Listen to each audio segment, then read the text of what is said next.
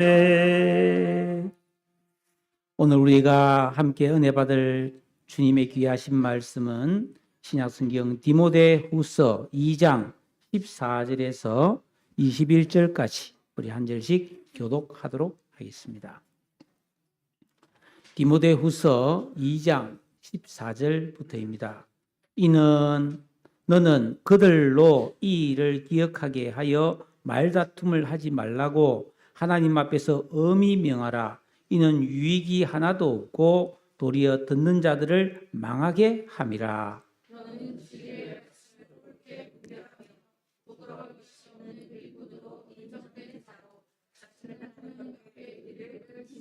망령되고 헛된 말을 버리라. 그들은 경건하지 아니함에 점점 나아가나니.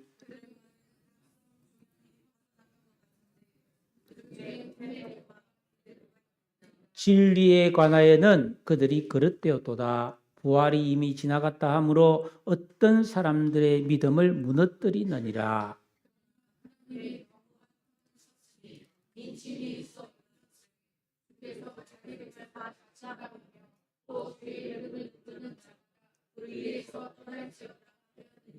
큰 집에는 금그릇과 은그릇뿐 아니라 나무그릇과 질그릇도 있어 귀하게 쓰는 것도 있고 천하게 쓰는 것도 있나니, 그러므로 누구든 이런 것에서 자기를 깨끗하게 하면 귀히 쓰는 그릇이 되어 거룩하고 주인의 합당하며 모든 선한 일에 준비함이 되리라. 아멘. 자, 우리는 살아가면서 다양한 그릇을 사용합니다. 뭐 어린 시대 과거에는 그릇이 많이 없었죠. 그래서 아주 그릇이 귀했습니다. 그래서 뭐 깨어진 그릇도 불쏘시개를 담아 옮길 때 사용하고, 학교 다닐 때는 도시락을 살 때 그 뭐 다른 유리병에 반찬을 담아온 아이들이 참 부러웠어요. 도시락 안에 그냥 반찬을 넣으니까 국물이 흐르고 막 그런 일들이 있었던 기억이 납니다. 그릇은 용도가 뭔가를 담는 것이죠. 예, 다양한 그릇이 있습니다. 밥그릇만 해도 남자의 밥그릇을 주발이라 하고 여자용 밥그릇을 바리라고 한다고 그렇게 나와 있습니다. 국을 담으면 탕기, 그보다 조금 작은 그릇은 조치, 김치를 담은 그릇을 보식이라 그러고, 간장은 종지, 반찬은 쟁첩, 이렇게 이름이 있었어요. 다양한 그릇을 용도에 맞춰서 만들어서 사용했다는 이야기죠. 또 같은 그릇이라도 무엇을 담느냐에 따라서 가치가 달라집니다. 물을 담으면 물그릇, 금을 담으면 금그릇이고, 오물을 담으면 오물통이 되는 것입니다. 물론 청자나 백자처럼 아주 귀한 그릇은 아무것도 담지 않아도 그 자체로 귀합니다. 세상이 문명이 발달할수록 그릇의 종류도 다양해지고 재질도 다양해졌죠. 그러나 오늘날 많은 그릇들이 있지만 우리는 그 그릇들을 잘 사용해야 되는데, 신맛이 강한 음식은 알루미늄, 양은 이런 그릇에 담으면 금속이 녹아내려서 굉장히 몸에 해롭다고 해요. 또 무쇠그릇, 주물로 된 쇠그릇에 생선을 담으면 비린내가 배어서 세척을 해도 그 냄새가 안 없어진다라고. 특히 요즘 조심해야 될 것은 플라스틱 그릇이죠. 네, 뜨거운 음료를 담으면 환경 호르몬이 나오고, 샐러드처럼 산성 드레싱이 들어간 음식도 유해 물질이 녹아내린다라고 합니다. 그런데 이런저런 걱정을 다 없이 두루 쓸 수 있는 그릇이 있을까요? 있습니다. 정답은 도자기입니다. 도자기는 산성과 연기에 모두 강하고 뜨거운 음식이나 찬 음식을 다 안정되게 받아들인다고 합니다. 숨을 쉬는 재질이라 발효 음식과도 잘 맞습니다. 무엇보다도 이 도자기는 음식을 돋보이게 한다는 것입니다. 우리나라는 참 과거에 세계적인 도자기의 나라였습니다. 고려 청자는 중국을 비롯해서 중앙아시아에까지 수출되면서 최고의 작품으로 찬사를 받았고, 조선 백자의 차사발은 일본의 다도 문화에 깊은 영향을 미쳤죠. 지금도 조선 백자 이 찰사발, 이 이도 다완 이런 것은 수건에 거래가 됩니다. 저도 비스무리한 그릇을 여러 개 가지고 차를 이렇게 쫙 마시는데 특히 뭐 이조 백자나 고리 청자 그걸 제가 이제 차 마신 데 가면 그게 실제로 있거든요. 그걸 이제 뭐 500년 전의 그릇으로 차를 쫙 마셔보면은 느낌이 좀 틀려요. 운치가 있어요. 예. 그뿐이 아닙니다. 뭐 조선시대에 달 항아리라는 그릇이 있어요. 세계적으로 주목받는 조선도자의 상징입니다. 2023년 뉴욕 크리스티 경매에서 18세기에 만들어진 백자대호라는 이 일명 달 항아리가 여러분 61억에 낙찰됐습니다. 그냥 보기가 좋아서 그렇겠어요? 저게 엄청난 장인의 기술이 들어있는 것이죠. 이렇게 우리나라는 세계적으로 좋은 그릇이 많은 나라였다라는 것입니다. 예.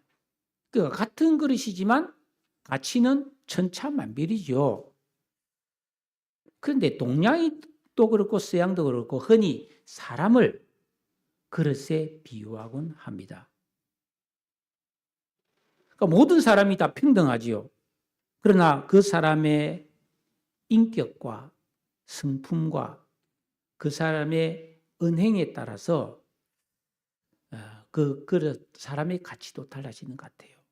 훌륭한 그릇이 될 수도 있고 작은 종지와 같은 그런 크기에 머물 수도 있습니다. 성경에서도 우리 성도의 신앙을 그릇에 비유하고 있는데 무엇보다도 성경은 그 그릇의 가치가 깨끗함에 따라서 거룩함에 따라서 달라지고 주인이신 하나님의 합당하게 쓰임받는 귀한 그릇이 될 수 있다고 말씀하고 있어요. 자, 오늘은 이런 이야기를 가지고 우리가 어떤 그리스도인으로 살아야 할 것인가 하는 부분을 좀 다뤄보려고 합니다. 오늘 우리가 읽은 말씀은 디모데후서입니다. 이것은 AD 66년에서 67년 사이에 사도 바울이 로마 감옥에 갇혔다가 한번 이렇게 또 감옥에서 출소가 됩니다. 그리고 두 번째 감옥에 또 수감이 되어서 순교하기 전에 기록한 마지막 편지로 알려진 그런 말씀입니다. 바울은 그 감옥 속에서 죽음을 앞두고 자기가 믿음으로 낳은 아들 사랑하는 디모데에게 이 글을 보냈는데 그 내용은 다가올 엄청난 시련, 박해를 대비하라. 어떻게? 복음과 신앙을 견고하게 만들어라. 그리고 네가 맡은 직무에 충실하라는 격려를 지금 하고 있습니다. 지금 우리가 살고 있는 이 세상이 어떻습니까? 결코 만만한 시대가 아니지 않습니까? 여러분 지금 중동에서 일어난 전쟁이 당장 우리나라에 우리 직접 생활에 영향을 미치고 있습니다. 기름값이 오를 뿐 아니라 비닐봉지 하나도 귀해지는 이런 현상을 우리가 맛보고 있지 않습니까? 그리고 무엇보다 신앙의 자유에 대한 위협이 있습니다. 어떻게 이런 일이 가능할까? 예. 그리고 거짓 가르침과 유혹이 버젓이 성도들에게 지금 전해지고 있으므로 적지 않은 혼란과 위기감을 주고 있다는 사실입니다. 그러니까 바울 당시에도 엄청난 이 시련과 위기를 맞이한 이 신앙인들을 바울이 지금 격려하고 있거든요. 그러면서 디모데에게 1장 7절에서 이런 말을 합니다. 하나님이 우리에게 주신 것은 두려워하는 마음이 아니요 오직 능력과 사랑과 절제하는 마음이니. 여러분이 살아가는 삶에 있어서 가정적으로나 아니면은 여러분 국가적으로나 어떤 위기가 왔다. 여러 가지 안 좋은 전망들이 막 쏟아진다. 그럼 두렵죠, 누구나. 어떻게 살아야 하나? 그럴 때 우리는 두려워하는 것이 바른 신앙은 아니라는 겁니다. 오직 하나님의 능력을 구하고 더욱더 사랑하며 내 자신의 욕망을 절제하면서 그 어려운 시기를 대비해야 된다는 것입니다. 바울은 자신이 감옥에 갇혀 있는 것이나 혹은 주님의 복음을 전하는 이 전도를 부끄러워하지 말고 복음과 함께 고난받을 각오를 해라. 이렇게 명령하고 있습니다. 멋있지 않습니까? 피해라. 이렇게 대비해라. 이게 아니고 고난을 받아라. 복음과 함께. 그 영광스러운 길이라는 거죠.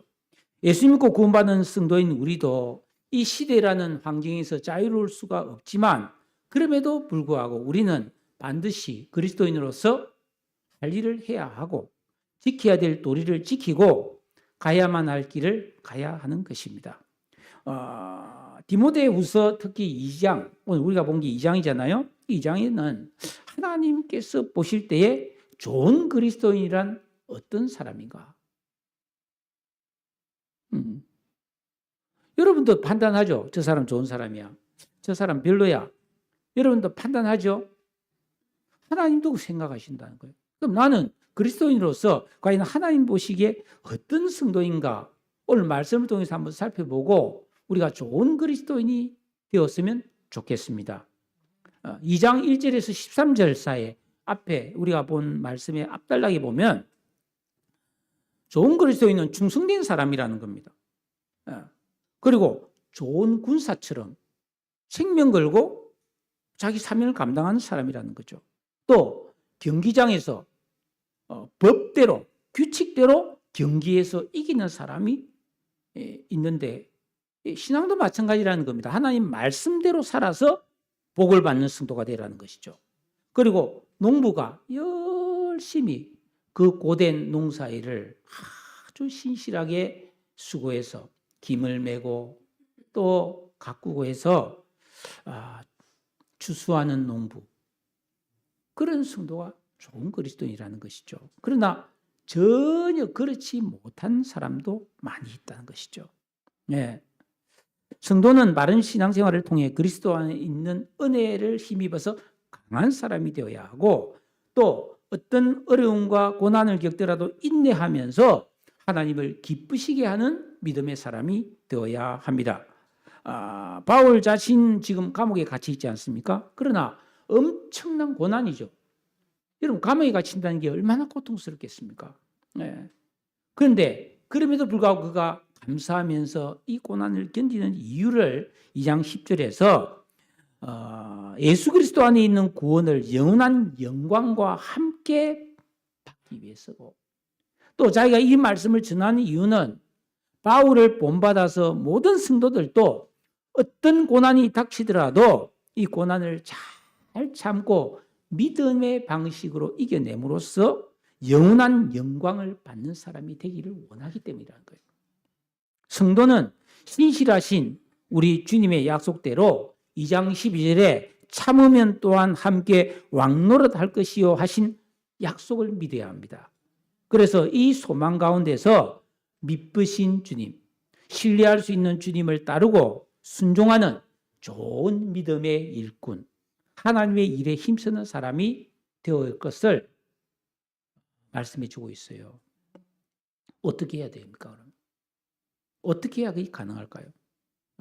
여러 가지를 이야기하고 있는데 오늘 말씀 이제 14절입니다. 본론에 들어가서 너는 그들로 이 일을 기억하게 하여 말다툼을 하지 말라고 하나님 앞에서 엄히 명하라. 제가 지금까지 말씀드린 것 있지 않습니까? 좋은 그리스도인이 되는 길.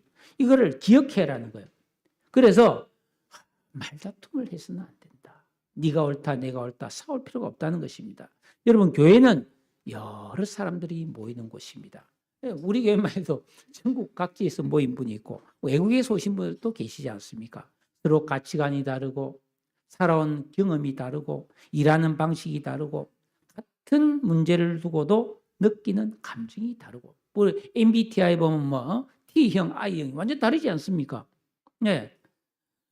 그 아담 안에 있는 옛 사람들이 모여 있는 곳이 교회고 우리는 이런 육신의 우선인 사람들인데 예수 그리스도를 닮고자 살아가는 과정에 있는 사람들이라는 것입니다.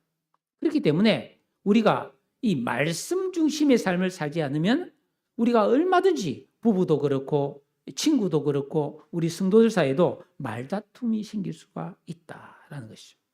오늘날 뭐 정치권만 봐도 매일 말다툼이지 않습니까? 하지만 예수 믿고 구원받은 우리 성도들이 하나님을 내 인생의 진정한 주인과 왕으로 모시고 계명을 지키고 주기도문을 붙들고 기도하는 진정한 영적 생활을 통해서 내가 예수 그리스도를 닮은 새 사람의 의식과 인격과 감성이 만들어지면은 2장 8절에서 13절에 기록된 대로 믿으신 그리스도 예수를 믿고 영원한 영광을 누리는 소망을 우리가 가지고 고난을 이겨내는 그런 그리스도인이 될 수 있고, 이런 장성한 성도라야 우리가 좋은 일꾼으로 하나됨을 이룰 수 있다라는 것입니다. 그러나 대부분의 교회 안에 있는 성도들은 여전히 연약하고 아담 안에 머물러 있는 경우가 많다는 거죠. 그러면 이 아담 안에 있는 사람들은 옛사람의 의식, 가장 자기가 중심이 되는, 또 진리에 대해서 잘 알지 못하는 이런 거로 인해서 가치관이 차이 나는 거예요. 그래서 말다툼, 언쟁을 일삼게 된다. 하지만 이런 모습을 보면 교회의 리더들은 엄히 단호하게 확실하게 말다툼을 멈추게 해야 된다고 말하고 있습니다. 쉬운 일은 아니죠. 그만하세요. 말다툼은 좋지 않습니다. 이렇게 말하면 더 말다툼하게 될 가능성이 있단 말이죠. 그러나 오늘 말씀은 우리에게 그 이유를 설명해 주고 있습니다. 이는 유익이 하나도 없고 도리어 듣는 자들을 망하게 함이니라. 여러분, 상한 음식이나 오염된 물을 마시면 병이 나는 것처럼 이 무익한 말다툼은 영적으로 큰 손해와 상처를 받고 믿음을 잃게 할 수도 있다라는 겁니다. 여러분, 하나님 말씀이 부족해서가 아니에요. 은혜가 부족해서가 아니에요. 말다툼하면 속이 상해서 믿음 생활을 잘 안 해버리는 거예요. 그러므로 우리는 회의를 하거나 무슨 교제를 나누거나 함께 봉사를 하거나 세일 모임을 하거나 이 말씀을 기억해야 된다. 사도는 여기서 디모데에게 너는 하면서 그들과는 달라야 함을 강조하고 있습니다.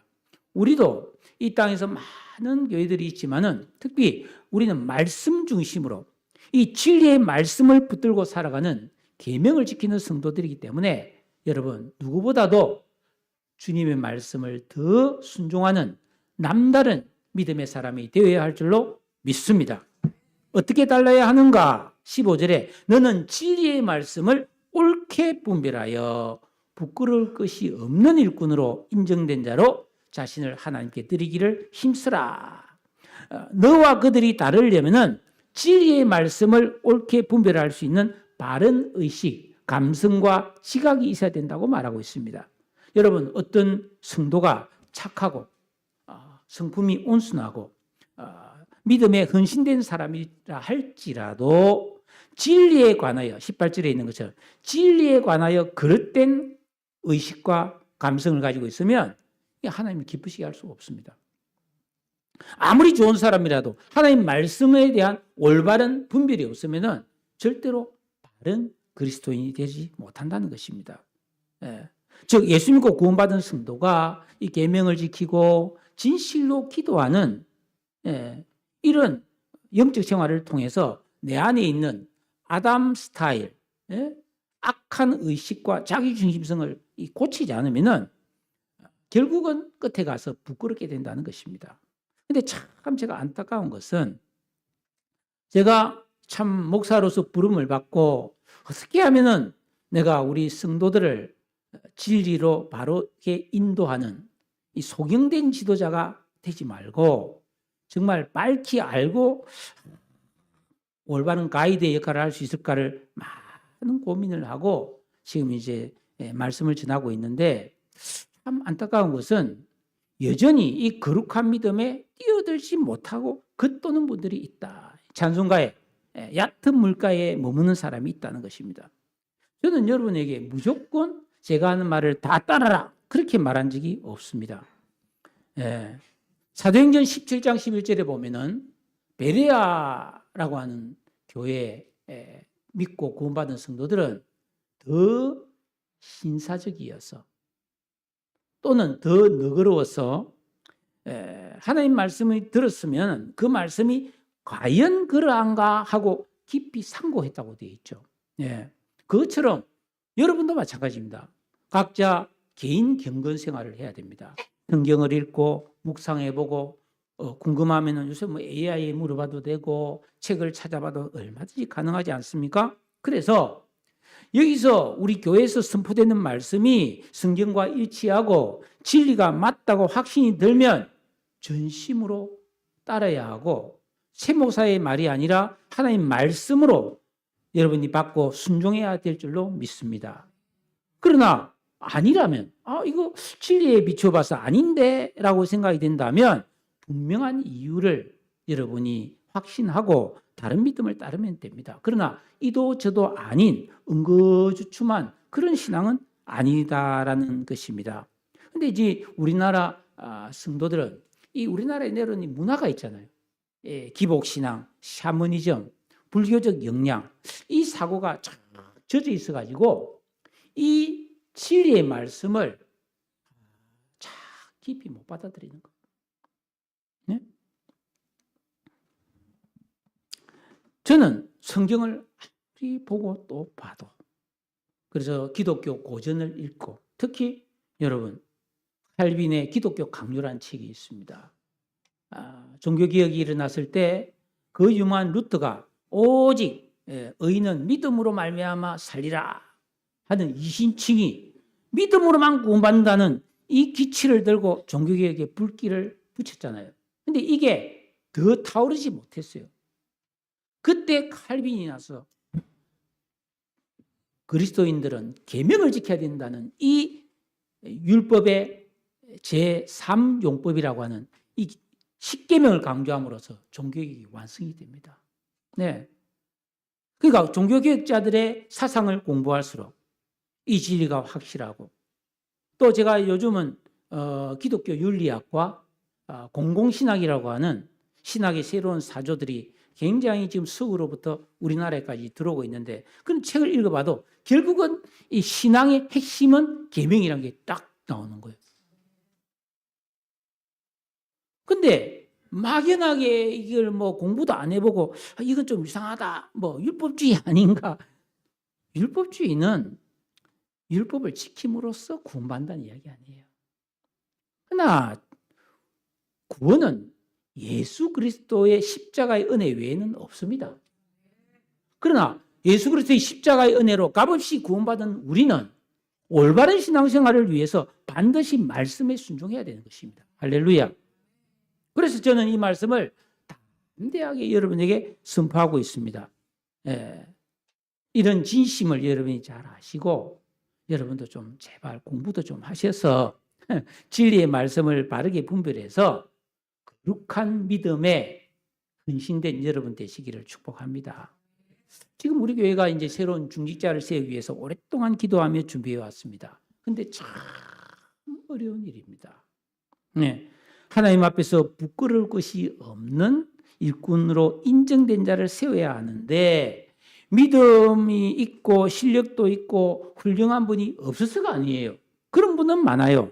그러나 오늘 이 말씀이 있는 것처럼 자신을 하나님께 드리기를 힘쓰는 일꾼이 드물다는 겁니다. 이 힘쓴다는 말이 열심을 내다 지속적으로 최선을 다하라는 뜻인데 나를 위해 십자가를 지신 그 예수 그리스도의 은혜를 생각하면서 내가 주님의 몸된 교회를 위해 수고와 고난을 기꺼이 감당하겠다는 그런 자원하는 일꾼이 부족하다는 것입니다. 이유가 뭘까요? 그 사람의 어떤 인격이나 소양이나 신앙이 부족해서가 아니라는 겁니다. 여전히 자기중심성, 자기가 처한 환경, 그리고 자신이 기대하는 삶의 목표 이런 것에서 벗어나지 못하고 진리의 말씀을 옳게 분별하지 않기 때문입니다. 여러분, 교회의 직분은 맡아달라고 간청해서 수락하는 것이 아니죠. 부족하고 약해도 내 자신을 하나님께 드리겠다는 헌신자가 직분을 받는 것입니다. 하나님께 자신을 드리고 헌신하고 고난을 받는 것이 영광스러운 것임을 믿는 사람, 그런 사람이라 해야 되는 거죠. 여러분 16절에 보면 망령되고 헛된 말을 버리라 그랬습니다. 이 말씀은 목사인 저가 가장 먼저 새겨들어야 할 말씀이죠. 속된 말과 내용이 없는 허망한 말, 영적 생활에 유익이 없는 말은 입 밖에 드내서는 안 됩니다. 그래서 저는 뭐 벌써 30년째 설교를 했지만 여전히 한자 한자를 적어서 합니다. 딴소리 안 하려고. 그리고 같은 말도 또 따듬어서 정제된 그리고 절제된 말로 여러분에게 전하려고 애를 쓰거든요. 그러면 여러분들도 마찬가지라는 거예요. 여러분들도 진리와 무관한 이야기, 자기 느낌, 감성으로 모든 걸 판단하면 안 된다는 것입니다. 자랑도 비판도 또 우리가 살다 보면 서운함이 많지 않습니까? 네. 저도 섭섭함이 참 많이 느껴질 때가 있어요. 우리 교회에서 그렇다는 게 아니라 살다 보면 뭔가 내 마음에 안 차는 그런 게 있지 않습니까? 예. 근거 없는 확신. 어디서 뭐 주워 들은 이야기를 가지고 이게 막 옳다고 생각하는 그런 생각으로 우리가 신앙의 진리를 침범하면 안 되는 거죠. 예. 우리가 교회 안에서 신앙생활 하다 보면 좀 억울한 일이 생길 수가 있어요. 손해가 보고 또 속상함이 있고 서운함을 느끼게 되더라도 우리는 십자가를 생각해야 됩니다. 여러분 유교도 있잖아요. 그 논에 보면 남이 나를 알아주지 않아도 섭섭하게 생각하지 않으면 그 사람은 군자다. 이런 말이 있습니다. 대단하잖아요, 유교도. 저는 그렇게 생각합니다. 예? 불교도 얼마나 좋은 말이 많은지 몰라요. 새겨들어야 될, 진짜 배워야 될 말도 많습니다. 그 유교나 불교에 구원이 있단 말이 아니에요. 종교는 우리가 믿는 이 하나님 외에 이 세상이 만든 종교는 사람이 이 세상을 잘 살아내기 위해서 필요한 거예요. 그러니까 내세와 구원은 없는 거지. 근데 우리는 구원을 바라보고 하는 거잖아요. 여러분, 예수님께서 죄 없이 고난의 십자가를 지신 것을 기억하고 우리가 억울한 일을 당할 때 인내해야 합니다.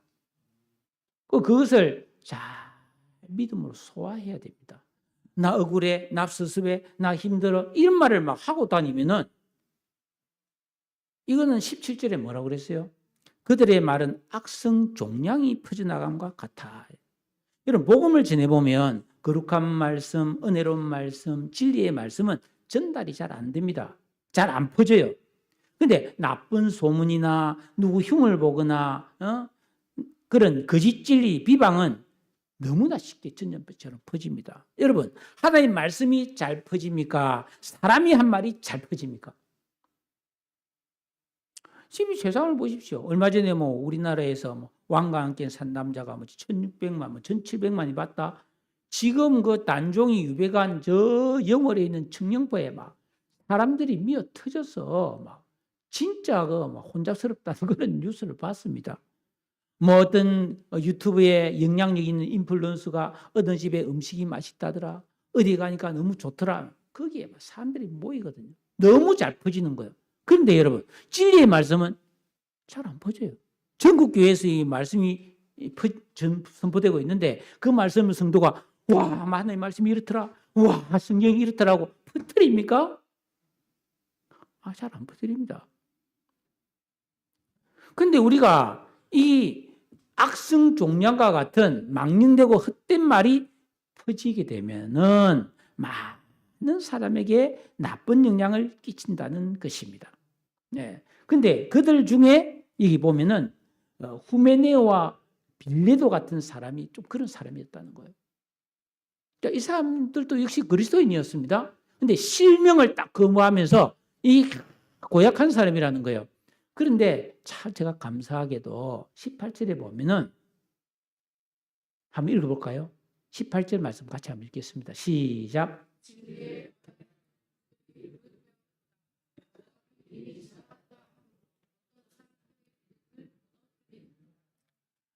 그 후메네오와 빌레도가 다 나쁜 게 아니라는 거예요. 진리에 관해서 그들이 그렇댔다는 거예요. 이 사람도 좋은 사람이고 사랑하는 사람도 있고 아주 친절한 사람일 수도 있어요. 지식이 많고 아주 유능한 일 잘하는 사람일 수도 있습니다. 그러나 진리에 관해서만큼은 잘못된 사람이라는 거예요. 이게 문제입니다. 여러분 우리가 이 세상에서 뭐 일도 잘하고 잘 살고 뭐 잘 되고 막 다 좋을지라도 진리에서 벗어나 있으면 소망이 없는 사람이잖아요. 이 진리란 말은 알레테이아라는 말인데 이게 나오죠. 제 위에 있는 첫 번째 헬라어가 알레테이아 진리란 말입니다. 그러니까 나는 우리 교회가 진리의 교회, 알레테이아 에클레시아, 진리를 중심으로 한 교회 되기를 바라기 때문에 이 적어놨습니다. 제가. 이 진리라고 하는 것은 하나님께서 예수 그리스도를 통해서 드러내신 복음의 내용입니다. 즉 십자가의 죽으심과 부활을 통해서 누구든지 예수 믿으면 그를 영접하면 죄사함을 받고 의롭게 되고 예수와 함께 모든 죄가 옛사람이 죽고 거듭나서 영원한 부활에 이르는 영생의 사람이 된다는 것. 이 진리잖아요. 근데 이 진리에서 자 벗어나서 엉뚱한 말을 싹 하는 사람이 있다는 것입니다. 이거는 마치 올림픽의 사격이나 양궁 선수가 관역을 향해서 쫙 활을 쐈는데 완전 엉뚱한 데로 와서 빵점 맞는 거하고 똑같다는 거예요. 전혀 이 도움이 안 되는 사람이라는 것입니다. 이 당시에는 영지주의라고 하는 이단이 아주 활개치고 있었습니다. 이 영지주의는 헬라 철학, 그 아리스토텔레스 이런 사람들의 영향을 받은 거예요. 그래가지고 사람의 영혼이 너무 고귀하고 반대로 육신은 괜찮다 생각한 거예요. 그러니까 우리가 영적으로 부활하고 영적으로 잘 되는 건 좋은데 육신이 부활한다? 그거는 말이 안 된다는 거예요. 육신은 이게 뭐 쓸모없는 것인데 부활해봤자 무슨 소용이나? 아니죠, 그죠? 예수님이 우리 지난주에 봤잖아요. 부활하신 몸은 영화로운 몸이잖아요. 예. 근데 이런 말도 안 되는 주장을 하는 사람들이 많았다. 예. 이런 주장은 듣는 사람의 믿음을 약하게 하고 혼란스럽게 할 뿐 아니라 무너뜨리기까지 한다라는 것입니다. 여러분, 오늘날 얼마나 많은 이단들이 스치고 다닙니까? 그 이단들이 우리 동네도 막 이단들이 많잖아요. 여호와의 증인들도 있고, 뭐 기쁜 소식 선교회도 있고, 많은 이단들이 돌아다니는데 말쑥합니다. 사람들도 잘생기고 옷도 깔끔하게 입고, 그 참 가족들끼리 화목하게 웃으면서 그 같은 그 그룹에 있는 사람들과 웃으면서 인사도 잘하고 저 자주 보거든요. 그들 자체가 다 나쁘다는 게 아닙니다. 진리에 관하여는 그럴듯했다는 거예요. 그리고 그렇게 되면 어떻게 되느냐? 이단 끝이 다르다는 거예요. 지금은 뭐 마음대로 재밌게 자기 마음대로 신앙생활을 하고 자기들끼리 잘 가고 있다고 하는 모르겠지만은 이 진정한 믿음의 길에서 벗어난 진리에서 벗어나면은 그 끝이 허망하다. 예. 그러나 19절에 보면 하나님의 견고한 터는 섰으니 아무리 이단들이 거짓 진리로 미혹을 하고 옛사람 아담 안에 있는 자들이 망령된 말로 성도들을 미혹하고 교회를 공격해도 하나님이 세우신 견고한 터는 흔들림이 없다는 것입니다.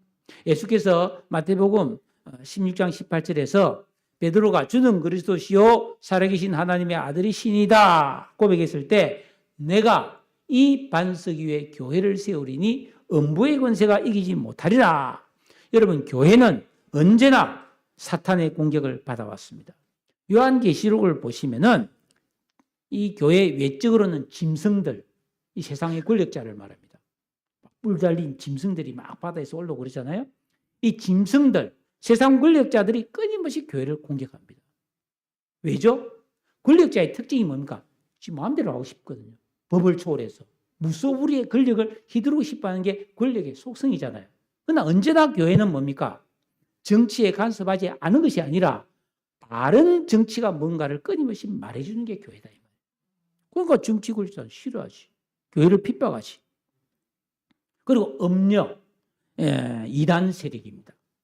거짓된 가르침으로 성도와 교회를 공격했습니다. 그리고 교회 안에도 진리의 말씀을 올바르게 분별하지 못하는 영적으로 잠든 자, 어린아이들이 그릇된 말과 행위로 교회를 약화시킵니다. 여러분, 우리가 아무리 신앙생활을 열심히 하고 최선을 다해도 만약 여러분 가운데 말다툼이 일어나고 누군가 누군가를 싸우고 그래서 편먹기를 하면 교회가 약화돼 버리잖아요. 그러니까 교회 외부의 핍박도 우리가 잘 이겨내야 되지만 우리 안에서 그런 교회를 허무는 역사가 일어나면 안 된다라는 것이죠. 최근 참 우려스러운 것은 우리나라 국회에서 이 종교단체 해산법이라는 이 법이 더불어민주당 의원들에 의해서 발의가 되어 있습니다. 이거는 교회만을 말하는 것은 아니에요. 모든 불교든 어떤 종교단체든 이게 반사회적이거나 잘못되면은 강제로 종교를 해산시키고 그 재산을 국고에 기소시킨다라는 법이에요. 근데 이게 굉장히 위험한 법입니다. 기독교를 직접 경영한 것은 아니지만은 기독교가 가장 이 사회에 대해서 말을 하잖아요. 차별금지도 반대하고 불의에 대해서 그릇됐다고 외치는 종교이기 때문에 굉장히 지금 염려가 큽니다. 목사가 한국교회 지도자라고 자칭하는 그런 사람들이 권력에 아부하는 그런 참담한 일도 벌어지고 있습니다. 그러나 십자가 구원, 부활, 재림, 성령의 역사는 영원히 견고한 진리에 터 있으므로 우리는 진리 편에 서는 자는 담대할 수 있음을 믿으시기 바랍니다.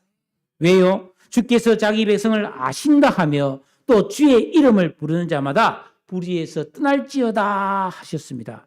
그러므로 성도는 담대하게 이 진리에 서서 흔들리지 말아야 하는 것입니다. 20절, 이건 잘 아는 말씀이죠. 들어보셨을 겁니다. 큰 집에는 금그릇도 있고 은그릇도 있고 나무그릇도 질그릇도 있고 귀하게 쓰는 것도 있고 천하게 쓰는 것도 있다. 여러분들도 집에 그릇이 많을 겁니다. 결혼을 하면 혼수품 속에 여러 가지 그릇을 가져와서 막 찬장에 진열해 놓고 손님이 오면 꺼내 쓰는 그런 특별한 그런 그릇들이 있지요. 예. 그런데 여기서 말하는 큰 집은 교회이고 그릇들은 성도입니다. 겉으로 보기에는 금그릇도 있고 은그릇도 있을 수 있고 나무그릇, 질그릇 또 있을 수 있어요. 많이 배운 사람, 잘생긴 사람, 유능한 사람, 그 있을 수 있습니다. 그러나 주님이신 교회의 머리 되시고 주인 되신 예수님께서 쓰시는 귀한 그릇은 그런 물질적인 가치가 아니라 뭐라고 그랬어요? 누구든지 이런 것에서 자기를 깨끗하게 한 성도라는 것입니다. 여기서 중요한 말은 이런 것에서입니다. 이런 것에서 깨끗한 성도. 이런 것이 뭡니까? 제가 지금까지 위에서 말씀드린 것입니다. 말다툼을 하지 말아라. 진리의 말씀을 올바르게 분별해서 부끄러울 수 없는 일꾼이 되라. 망령되고 헛된 말을 버리라. 불의에서 떠나라. 이런 것에서 깨끗하게 한 성도. 그런 사람이라야 21절에 귀 쓰는 것이 되어 거룩하고 주인의 쓰심에 합당하여 모든 선한 일에 준비함이 된다는 것입니다. 이거는 무엇이죠? 특별한 사람이 아니라는 겁니다. 그 사람이 금수저라야 되는 것이 아니라는 거예요. 은수저는 돼야 된다는 것이 아닙니다. 나무그릇이든 질그릇이든 누구든지 거룩하고 합당한 사람만 되면 선한 일에 쓰임받는 좋은 그릇, 귀한 그릇이 될 수 있음을 믿으시기 바랍니다. 여러분, 이 세상을 보세요. 전과자도 부자 됩니다. 맞죠? 흉측한 범죄자도 유명한 연예인이 되고 정가가 많아도 국회의원도 되고 권력자가 될 수도 있고 아무리 죄를 많이 지은 사람도 건강하고 오래오래 살 수 있는 게 세상이에요. 그러나 그러한 것들은 다 불의 꽃이요 안개라는 것입니다.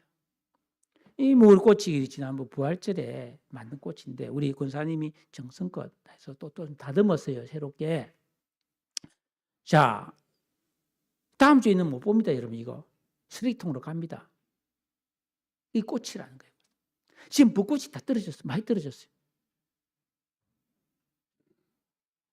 목련꽃은 너무 예쁜데 떨어지는 거 보면 너무 허망해. 떨어져요.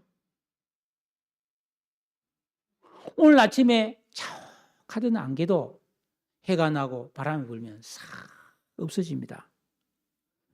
여러분, 이 세상에 물질인 것은 다 없어지는 것입니다. 이걸 모르면 안 돼요, 그리스도인은. 그거는 불교 신자도 아는 겁니다. 불교 신자들이 색불이공 공불이시색, 색즉시공 공즉시색 하면서 무다 그러잖아요. 무다. 스님들이 쫙 돌을 닦고 나면 이 세상이 다 무다 이 말이에요. 그 유명한 성철 스님이 산은 산이요 물은 물이다 그랬잖아요.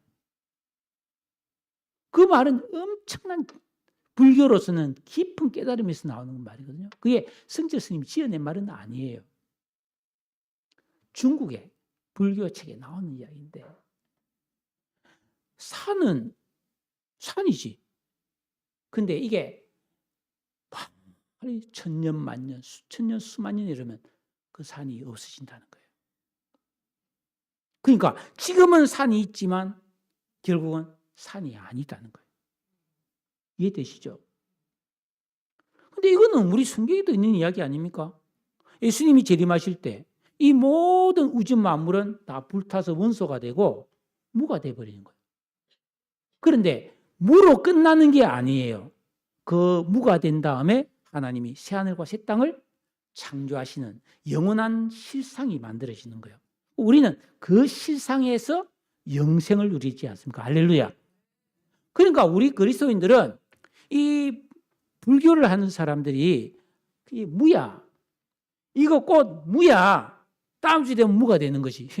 이건 더 오래 10년, 20년, 30년, 50년, 60년, 70년 무가 되는 거지. 이것도 다 무가 되는 거고. 사람도 뭐예요? 지금 있지만 나중에 다 없어지잖아요. 그러나 우리는 영생하잖아.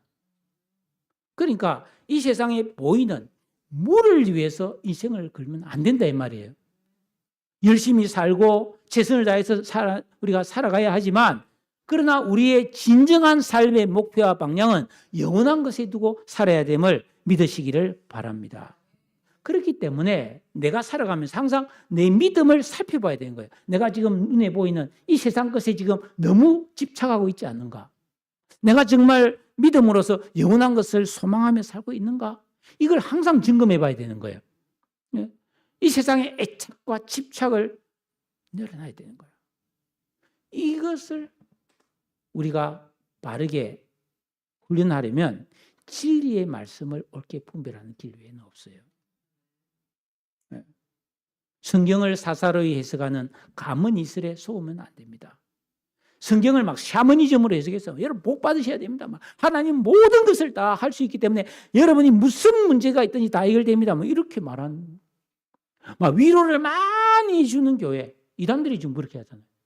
많은 위로가 사랑만 다 다른, 여러분들 다 잘된 좋은 사람이고 죄를 지어도 죄책감 갖지 말라고 이런 식으로 기쁜 소식 성경에서 이야기하잖아요.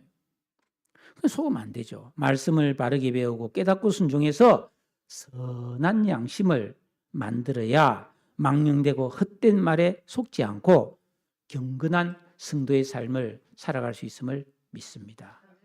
성도 여러분, 하나님을 믿는 이 신앙을 너무 쉽게 생각하지 마십시오. 내가 세례를 받았고 교회를 잘 다니니까 나는 이미 구원을 받았으니 뭘 더, 이렇게 생각하면 안 되고 내 신앙의 크기, 나라는 그릇의 쓰임새를 생각해 보시기 바라요. 그릇이 작으면 작은 신앙밖에 못 가집니다. 여러분, 교회에서 직분이란 장로, 안수집사, 시무권사, 서리집사, 교사, 셀리더, 이 직분을 가볍게 여기면 안 돼요. 이것도 내 그릇을 좀 더 크게 하고 더 귀하게 쓰임받을 수 있는 좋은 기회가 되는 것입니다. 물론 깨끗한 것이 우선이죠. 진리의 말씀과 선하고 아름다운 삶의 기준에서 자기를 깨끗하게 하는 성도라야 귀한 그릇이 되는 것이죠. 어떤 식당에 가보면, 물론 여기 무랑저수지에 가도 마찬가지입니다. 밥이나 반찬이나 모든 그릇을 아주 무겁고 투박한 도자기 그릇에 밥을 주는 식당이 있지요. 그거 참 얼마나 다루기가 힘들겠어요.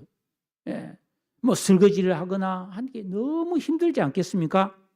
그러나 그 식당 주인이 그렇게 할 때는 나름대로의 어떤 소신이 있기 때문이 아니겠습니까? 불편한데. 예? 요즘은 뭐 사기 그릇처럼 보이는 플라스틱 그릇도 많더라고. 그죠? 그런 식당도 있는데 그렇게 막 무거운 도자기 그릇을 만들 때는 나름대로 저는 그런 식당에 가면 음식을 대하는 내 마음도 달라지더라고요. 마찬가지입니다. 사랑하는 성도 여러분, 하나님이 보시기에 거룩하고 합당한 삶을 사는 성도가 되는 것은 남다른 결심과 노력이 필요합니다. 고생을 좀 해야 돼요.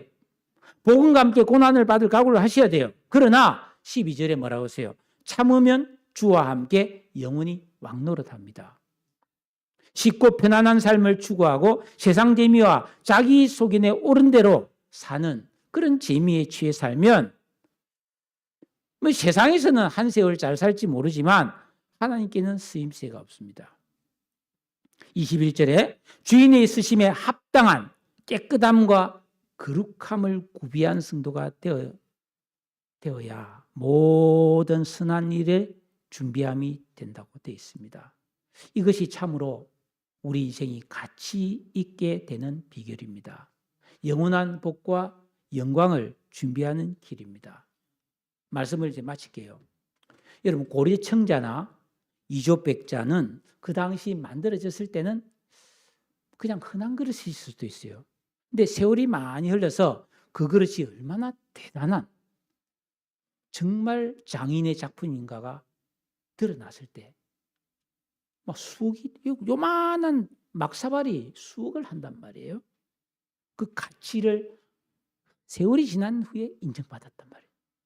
저는 이제 그 그릇을 가치 있는 걸 알기 때문에 우리 조상이 그 당시에 살았던 할아버지가 있었을 텐데 우리 집에 그런 뭐 다랑아리 한 10개만 좀 보관해서 물려줬더라면 내가 지금 뭐 아주 사는 게 편할 텐데 그런 생각을 할 때가 있어요. 그러나 그거는 이미 지나간 일이고 나라도 잘 빚어진 좋은 그릇이 되어서 먼 후일에 영원한 실상인 하나님 나라에서 가치를 인정받는 그런 영광을 누리는 그런 그릇이 돼야 되겠다. 저는 그런 생각을 합니다. 여러분도 그렇게 되시기를 축복합니다.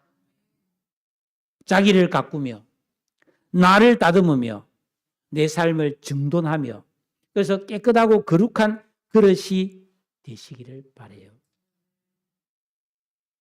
잘 빚어져서 진흙 같은 우리가 질그릇이 되었고 질그릇이